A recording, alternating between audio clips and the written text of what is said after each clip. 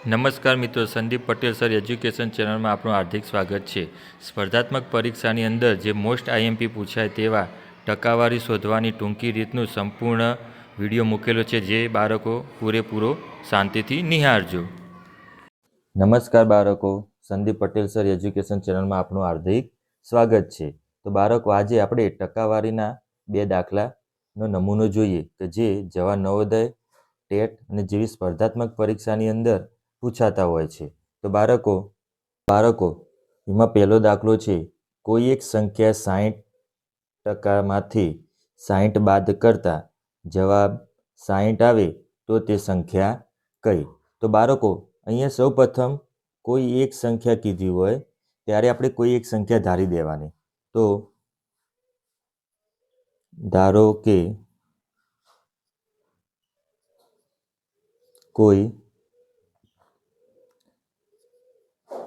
સંખ્યા x છે. કેટલી છે બાળકો? કોઈ સંખ્યા x છે. હવે આપણે એનું પદ બનાવીએ. તો કોઈ સંખ્યા x છે ધારી દીધી. તો બાળકો x ના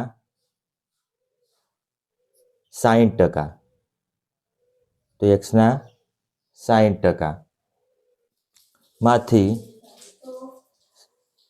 60 બાદ કરતા -60 બાદ કરતા જવાબ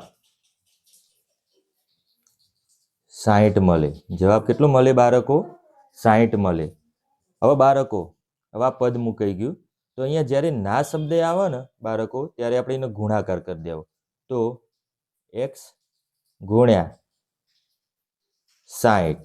અને બીજો એક મુદ્દો કે જ્યાં ટકાની નિશાની હોય તો એના છેદમાં 100 કરી દેવા. -60 બરાબર 60. તો બાળકો, આની અંદર એક વસ્તુ યાદ રાખવાની. તો પહેલા આપણે મૂકી દઈએ પદ x ગુણ્યા 60 છેદમાં 100. હવે અહીંયા જો બાળકો -60 ની નિશાનીથી તો આ 60 તો એમને મૂકી દેવાના. જે -60 ની નિશાની હતી એ બરાબરની પેલી બાજુ જાય એટલે બાળકો શું થઈ જાય? વત્તાકાર 60. તો x ગુણ્યા 60 છેદમાં 100 બરાબર 60 વત્તા 60 બાળકો કેટલા થાય? 120. હવે બાળકો શું કરવાનું? આ જે 100 હતા એ બરાબરની પેલી બાજુ જાય એટલે ગુણાકાર થઈ જશે, અને આ 60 ગુણાકારમાં હતા બરાબરની પેલી બાજુ જાય એટલે ભાગાકાર થઈ જશે. x બરાબર આ 120 એમના એમ લખી દેવાના. આ જે 100 હતા એ બરાબરની પેલી બાજુ જાય એટલે બાળકો શું થઈ જાય? ગુણાકાર. અને આ 60 ગુણાકારમાં હતા બરાબરની પેલી બાજુ જાય એટલે શું થઈ જાય બાળકો? ભાગાકાર. હવે બાળકો, આપણે ત્રિરાશી પદ બની ગયું. એ પદને આપણે ઉપર નીચે ઉડાડી દેવાની સંખ્યા. તો અહીંયા જો 0 0 જતા રહે. હવે અહીંયા 6 એકા 6 અને 6 દુ 12. તો બાળકો શું વધ્યું? તો x બરાબર 2 ગુણ્યા 100. તો બાળકો, x ની કિંમત કેટલી આવી? આ બેનો ગુણાકાર કરીએ 2 ગુણ્યા 100 એટલે 200. તો સંખ્યા 200 હશે આપણો જવાબ. એ જ રીતે બાળકો, નંબર 2, 625 ના ખાલી જગ્યા ટકા બરાબર 25 થાય. તો બાળકો, આની અંદર એક પ્રશ્ન એવો થશે કે 625 સંખ્યા આપી દીધી, જવાબ આપી દીધો, પરંતુ ટકા આપ્યા નથી. તો ટકા ના આપ્યા હોય તો આપણે એનો સંખ્યા ધારી દેવાની. તો ટકા બરાબર x. તો અહીંયા 625 ના x ટકા બરાબર 25. તો તો બાળકો જ્યારે આ ના શબ્દ આવે એટલે આપણે શું કરી દેવાનું બાળકો? ગુણાકાર સમજવો. શું સમજવો? ગુણાકાર. તો 625 ગુણ્યા x.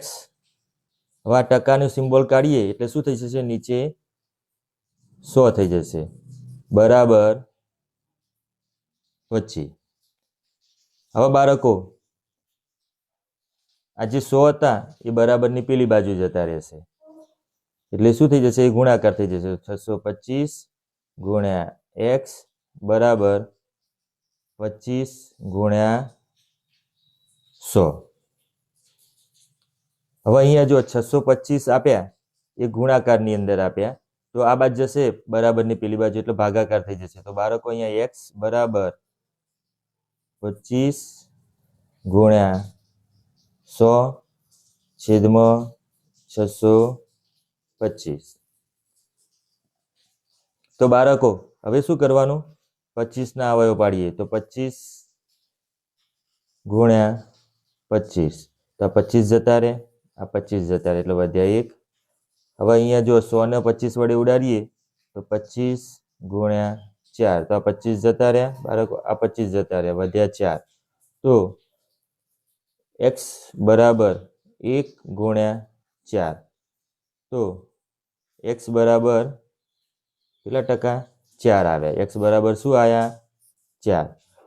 તો ટકા બરાબર 4% થાય. આ આપણો જવાબ. તો અહીંયા જવાબ આવશે 4%. બાળકો મારો વિડીયો ગમ્યો હોય તો મારી ચેનલને સબસ્ક્રાઈબ કરો. આભાર.